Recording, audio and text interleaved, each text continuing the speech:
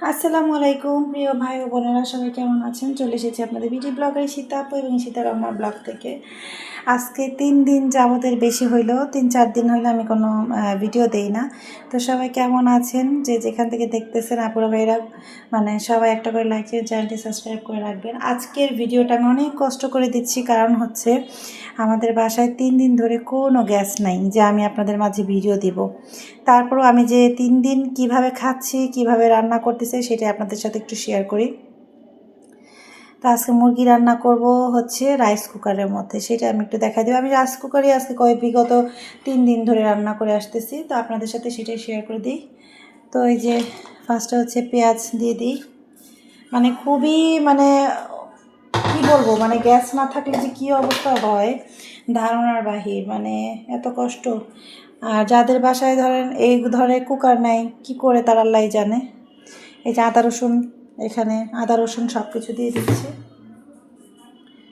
আসলে এইভাবে তো রাইস কুকারে রান্না করে খাওয়াটা এতটা পসিবল না, তারপরেও চেষ্টা করতেছি যাতে হচ্ছে কোনো রকম আমাদের আর কি চলে। ঠিক আছে, এখানে যে এলাচ দারচিনি দিয়ে দিলাম, এই যে তেজপাতা দিব না, তেজপাতা আমার বাচ্চারা খেতে পছন্দ করে, দিলে ওরা খায় না। আর এখন হচ্ছে বাকি মশলাগুলো দিয়ে দিব। তো আজকে হচ্ছে আপনারা জানেন যাদের এই সমস্যাগুলো আছে, যদি দেশগ্রাম হতো তাহলে হচ্ছে মাটি চুলায় রান্না করা যেত, কিন্তু যেহেতু দেশগ্রাম না, সেহেতু রান্না করতে হইতেছে আমাদের এই যে এরকম কষ্ট করে। এই যে এখানে দইনা দিয়ে দিলাম, তো পোড়া মরিচটা আর একটু দিব, যেহেতু কাঁচা মরিচ দিচ্ছি না, জাস্ট মেখে বসিয়ে দিব। তো আজকে দেখায় আপু কীভাবে তো আপনাদের মাঝে শেয়ার করতেছি আজকে আমি 3 দিন ধরে কিভাবে রান্না করতেছি। যে লবণ দিয়ে দিচ্ছি, এরকমভাবেই আজকে বিগত কয়দিন ধরে হচ্ছে আমার রান্না করতে হইতেছে। কি বলবো, এই জন্য হচ্ছে আপনাদের সাথে ব্লগ যে দিব সেই ব্লগটা আমি শেয়ার দিতে পারছি না।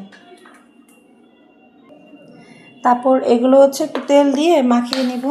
আজকে কয়দিন ধরে মাখিয়ে রান্না করতেছি। আমি কালকে মাছ রান্না করেছি কুকারে। তো যারা হচ্ছে এরকম আমাদের মতো গ্যাসে কষ্ট করেন, গ্যাস নেই, নয়তো কারেন্টের চুলা ইউজ করবেন, আর নয়তো এরকম কুকারের মধ্যে যতটুক করা যায় অতটুক করেই রান্না করে ফেলবেন। এখন কিছু করার তো নাই, রান্না করে খেতে তো হবে, তাই না? তো আমি হচ্ছে বিগত 3 দিন ধরে হচ্ছে এভাবে এই রান্না করতেছি কুকারেই, রাইস কুকারে। তো অনেকে রাইস কুকার থাকা সত্ত্বেও অনেকে জানে না যে কীভাবে রান্না করা যাবে।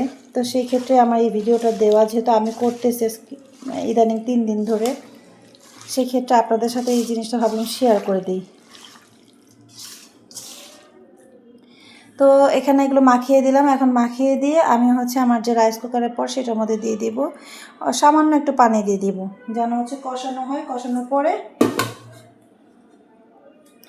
এই হচ্ছে আমার রাইস কুকারটা, রাইস কুকারের মধ্যে এই যে মাংসগুলো দিয়ে দিব।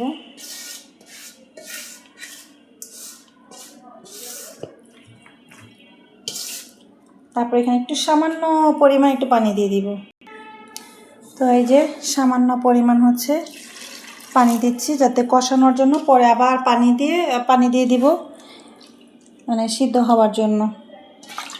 জাস্ট কষানোর জন্য আপাতত একটু পানি দিয়ে দিলাম। তো এই যে এখানে মাখানো শেষ। এখন হচ্ছে আমি এই কুকারের তলাটা, যদি পানি থাকে, ধুয়েছিলাম যেহেতু, তলাটা একটু মুছে দেব। মুছে দিয়ে এই যে এখন ভিতরে বসিয়ে দেব।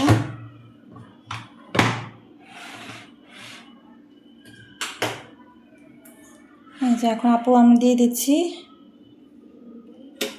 এই যে এখন এটা কিছুক্ষণ হতে থাকবে, তারপর হয়ে আসলে আমি হচ্ছে আপনাদেরকে দেখিয়ে দিব যে আসলে এটা কীরকম হইলো। ঠিক আছে, তারপর পানি দিয়ে দিব। এই যে দেখেন, দেখা দিই, এটা হচ্ছে আমার রাইস কুকারের মধ্যে হচ্ছে যেরকম মুরগির মাংসটা রান্না করতেছি। তো কষানো হইলে আমি একটু সামান্য পানি দিয়ে তারপর হচ্ছে আর একটু করে তারপর নামিয়ে ফেলবো।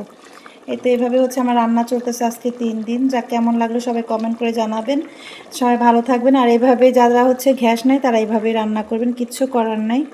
তো সবাই ভালো থাকবেন এবং ভালো লেগে থাকলে অবশ্যই চ্যানেলটি সাবস্ক্রাইব করে দিবেন। আসসালামু আলাইকুম আপুরা।